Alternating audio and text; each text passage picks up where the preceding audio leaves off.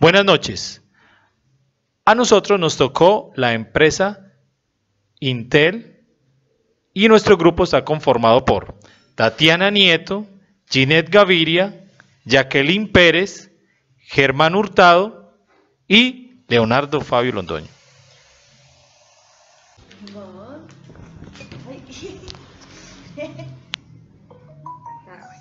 A la franja que va desde la ciudad de San Francisco a la de San José se la conoce como Silicon Valley, el Valle del Silicio, porque ese es el material sobre el que se edifica toda la industria de la informática. No siempre fue así. En la década de los 60, este rincón de California era todavía eminentemente agrícola. Cerezos, albaricoques y viñedos se extendían por los terrenos que hoy ocupan las sedes de las grandes compañías tecnológicas como Apple, Google, Oracle y Facebook. Lo que hizo cambiar a esta región de nombre y transformarse en un motor económico capaz de comandar un volumen de negocio de casi 1 billón de euros al año fue una idea tan radical que en 1965 sonaba casi a ciencia ficción. La promesa de que algún día las computadoras dejarían de ocupar toda una habitación o necesitar media docena de operarios para realizar sus cálculos, que serían máquinas tan compactas y baratas que podrían estar presentes en cualquier hogar. Esa fue la visión de Gordon Moore.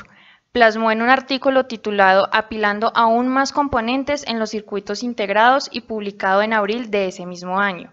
El texto predecía por primera vez el vertiginoso ritmo al que avanzaría la industria de la electrónica gracias a la posibilidad de miniaturizar un componente, el transistor, inventado apenas una década antes por 3 físicos en los laboratorios de la compañía Bell.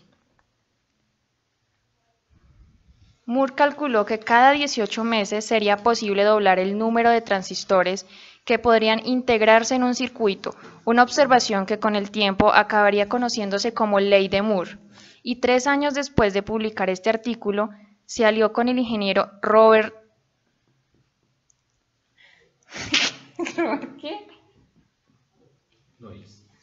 Noyce, uno de los inventores del circuito integrado, para fundar una compañía capaz de aprovechar la enorme oportunidad que se abría en el horizonte.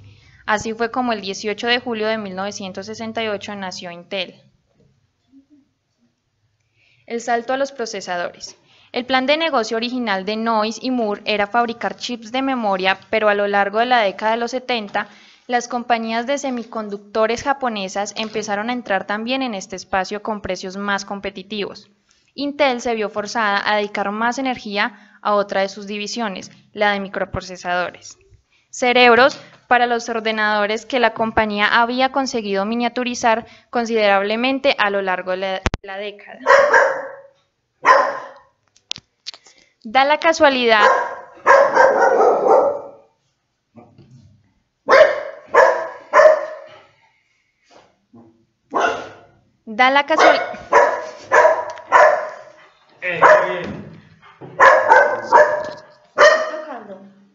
Termina este pedazo. Grabes y lo graba como uno.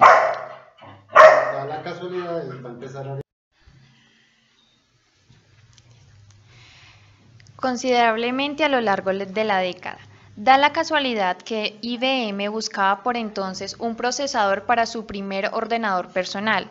Hasta entonces la empresa se había centrado en máquinas industriales para grandes empresas, pero 2 jóvenes de la ciudad de Los Altos, Steve Jobs y Steve Wozniak, estaban despertando el interés del hogar norteamericano medio por la informática con una máquina bautizada como Apple II. El procesador que los hizo famosos y el primero en el que trabajaron. IBM necesitaba con urgencia un dispositivo para competir con Apple y para ahorrar tiempo y costos apostó por fabricarlo con los componentes de Intel. En Seattle, de forma paralela, Bill Gates se dio cuenta de que esta nueva máquina necesitaría programas y un sistema operativo, y así fue como nació Microsoft. Cuando otros fabricantes comenzaron a desarrollar ordenadores para el hogar, escogieron también la misma familia de procesadores para asegurar la compatibilidad con estos programas informáticos ya existentes. El resto, como se suele decir, es historia. Casi cualquier PC que ha entrado en los hogares desde entonces lo ha hecho junto a un procesador fabricado por Intel, si no fabricado directamente, al menos sí licenciado. Eso es lo que significa Intel Inside, la pegatina que aún luce en el exterior de muchos de los ordenadores actuales. Da igual la marca del ordenador, el procesador que le da vida sale de los laboratorios de esta empresa de Santa Clara. Genevieve Bell, antropóloga residente de Intel, dice: lo que Intel ha dado al mundo es la promesa de que la innovación no solo puede ser continua, sino que su ritmo puede predecirse. Intel no ha fabricado nunca ordenadores completos, salvando los modelos de referencia que usa para demostrar sus nuevos productos. Pero sin ella es imposible entender la informática moderna. En cierta forma, ha sido siempre la base sobre la que otros han inventado e innovado. Lo que Intel ha dado al mundo es la promesa de que la innovación no solo puede ser continua, sino que su ritmo puede predecirse. Le ha dado las piezas con las que inventar el futuro, dice la doctora Genevieve Bell, que durante años ha trabajado como antropóloga residente en Intel con objeto de estudiar el impacto de la tecnología en la sociedad. La amenaza del móvil. Durante la primera década del siglo era difícil imaginar una combinación más poderosa que la de un ordenador con procesadores Intel y el sistema operativo Windows. Muchos analistas de la industria, de hecho, aún se refieren a estos como la era Wintel. Los ordenadores no solo entraron en los hogares, como predijo Moore, sino que conectaron también a usuarios de todo el mundo gracias a Internet. El smartphone lo cambió todo. Intel predijo su llegada a la importancia que tendría en el mercado. Después de todo, un smartphone no es más que un ordenador que llevamos en el bolsillo. Pero fue incapaz de trasladar la tecnología, sus procesadores a estos nuevos dispositivos. Estaban diseñados y pensados para máquinas de mayor tamaño y consumo. Lo intentó en varias ocasiones, pero varios errores estratégicos, el lanzamiento del iPhone en 2007 y de Android en años posteriores, cimentaron el dominio de una arquitectura de procesador diferente a la que usan los PC, conocida como ARM. Esta es una de las razones por las que las apps que tenemos en nuestros teléfonos y tabletas suelen ser diferentes a las que usamos en los ordenadores. Robert Noyce, uno de los fundadores de Intel, dijo: que no te abrume el peso de la historia, sal ahí fuera y haz algo sorprendente. La Intel actual, en consecuencia, es una empresa que está tratando de reinventarse en torno al negocio de los datos, la conocida como quinta generación de redes comunicaciones, 5G, la inteligencia artificial, la computación cuántica o desarrollos tecnológicos como el coche autónomo.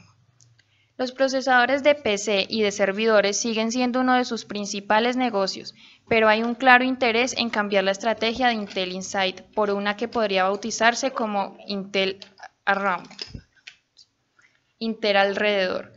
Ser el tejido de un futuro en el que todo tipo de objetos cotidianos tendrán algún grado de inteligencia y estarán conectados entre sí. Todo el mundo habla todo el tiempo de innovación, en cierta forma es una palabra de la que se abusa, pero para mí innovación quiere decir estar dispuesto a experimentar y probar cosas nuevas, y eso es lo que está haciendo Intel. A veces no acierta, pero es una compañía que siempre aprende de sus errores, explica Bell. La estrategia es arriesgada, sobre todo para una empresa que ahora mismo no tiene a nadie al frente. Brian, su último presidente ejecutivo, fue retirado del cargo a finales del mes pasado por mantener una relación sentimental con una trabajadora de la compañía. Pero en cierta forma la hoja de ruta está marcada desde hace 5 décadas, codificada en una de las frases más conocidas como su fundador, Robert Noyce: que no te abrume el peso de la historia, sal ahí afuera y haz algo sorprendente. Si Intel es capaz de hacerlo, tiene asegurado los próximos 50 años.